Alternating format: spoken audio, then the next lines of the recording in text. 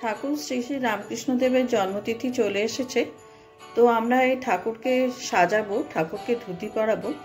তো সেই ধুতিটা আমি কি করে পরাবো সেটি আমি আপনাদের সঙ্গে দেখাচ্ছি।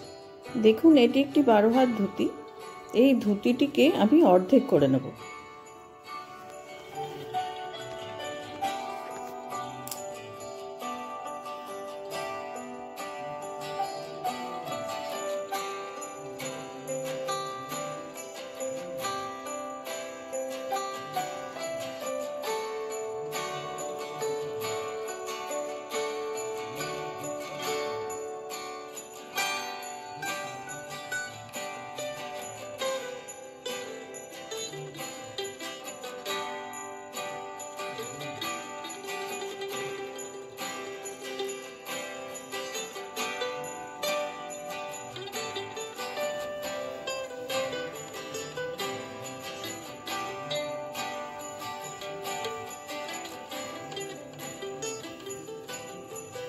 দেখুন, আমি সমান দুটো ভাগে ভাগ করে নিয়েছি।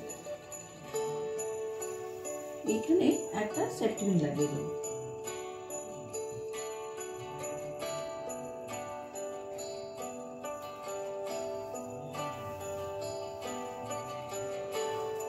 এইখান থেকে কুচিগুলি করতে হবে, এই দিকটা থেকে। একটু যদি সমান করে করার চেষ্টা করা হয় তাহলে দেখতে ভালো লাগবে। ঠাকুরের কাজ যখন আমরা করব নিশ্চয়ই একটু ভক্তি ভরে সমান করে করারই চেষ্টা করব, যাতে দেখতে ভালো লাগে।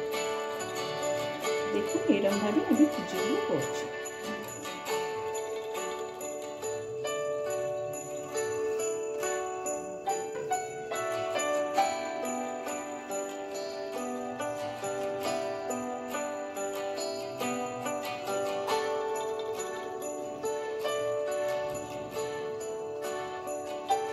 এবারে এটা এখানে দেখুন কি সুন্দর লাগছে। এই দিকটাও আমরা এই দিকটা কিন্তু এই দিক থেকে করব।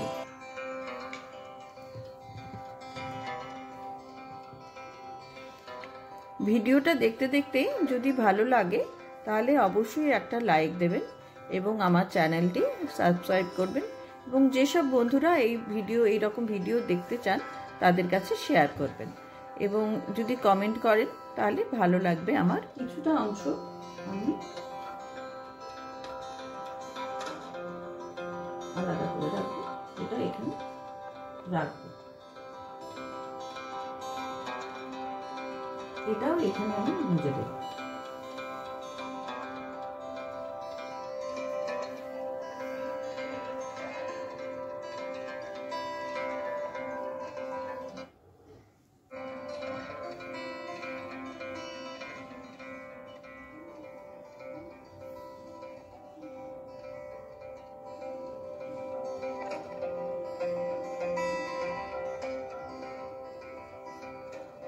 এইভাবে কুচিটা করে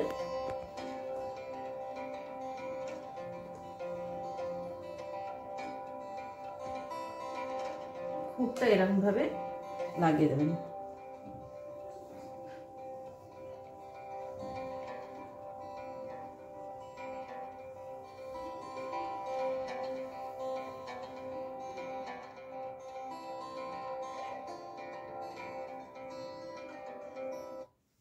ঠাকুরের গায়ে ওড়না লাগাতে হবে।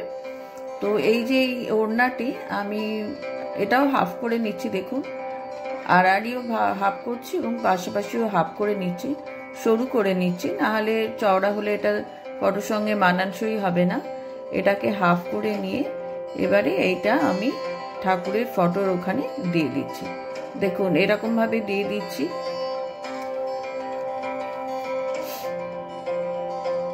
এই দুটো কর্নার আমি এবারে সেলাই করে দেবো। দেখুন এইখানটা যদি আমি একটু সেলাই না করি তাহলে এটা খুলে পড়ে যাবে, তাই এখানটা একটু আমি সুতো দিয়ে একটু একটা স্টিচ করে দিচ্ছি। এই দিকটাও করছি আর এরপরে আমি ওই দিকটাও করব। দেখুন একটা একদম ছোট্ট একটা স্টিচ করে আমি গিট পাকিয়ে দিচ্ছি। এরমভাবে করলে এই ঠাকুরের এই উপরের অংশ এটা ওড়নাটা ঠিক থাকবে।